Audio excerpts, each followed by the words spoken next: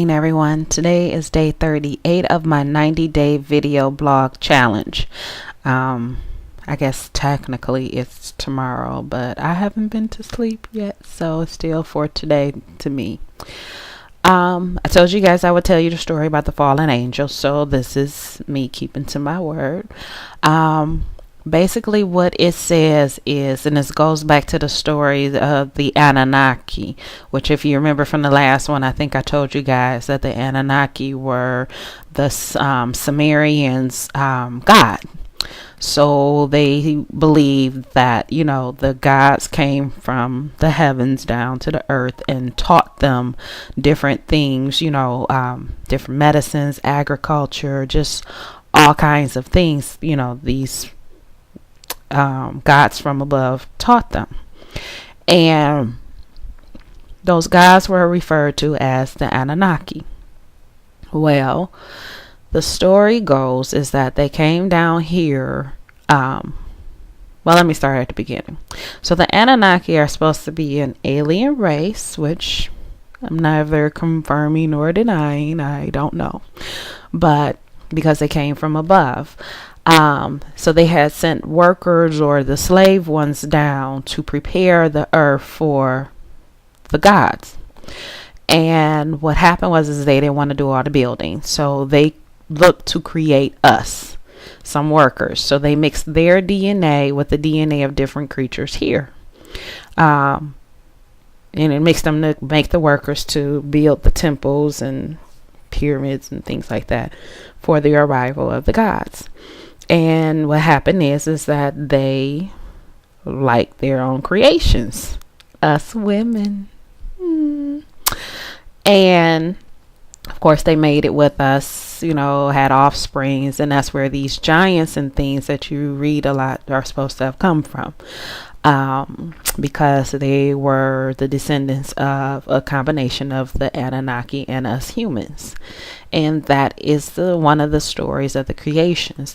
Of the fallen angels, which does tie into the what the Bible tells us as well about the angels coming to earth, mating with the human women, creating these children from their offsprings, and basically wreaking havoc down here. So it's the same story, just kind of a different twist. So it's all in what you believe, though, your own self. And you don't have to take my word or anybody else's word for it. You can look up stuff your own self. Take a look at God, my eyes, y'all can see how sleepy I am. But y'all can look up the information yourself. The Sumerians, if you really want to get into stuff and find out, where civilization began and cultures began. I know when I went to go look for things that I was researching for one of my stories, everything I came across kept taking me back to the Sumerians. And that was how I found out that the Sumerians were actually the creators of civilization. It was not the Egyptians like everybody thinks, the Mesopotamians, none of that. It was the Sumerians. And the Sumerians credit their knowledge to the Anunnaki. So, and if you start to research it, you'll see that they had things that they had carved into the walls, like the DNA, like the solar system, and they had no way of seeing this information. It's all different kinds of things that they had in their walls.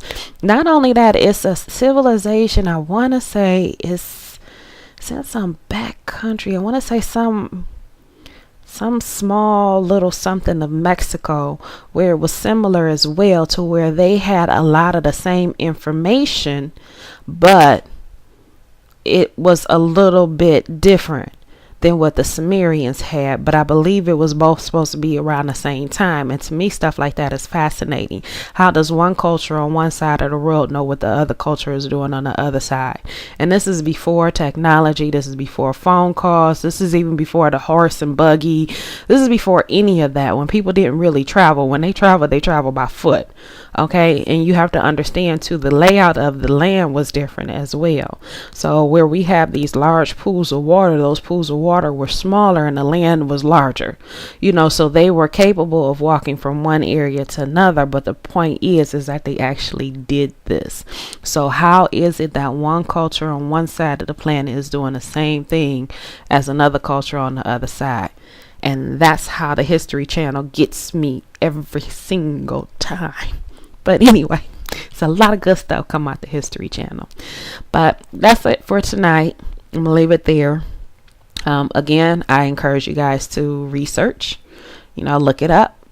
We all have our phones, we have laptops, iPads and tablets and readers and everything else. So I encourage you to look into it if that's something that you're interested in. The stories out there sometimes are amazing. But anyway, like I said, that's my show for tonight. You guys have been great. Please continue showing your support. If you want to share it, like us, push the like button or subscribe. And you guys have a good night. Night. Woo woo.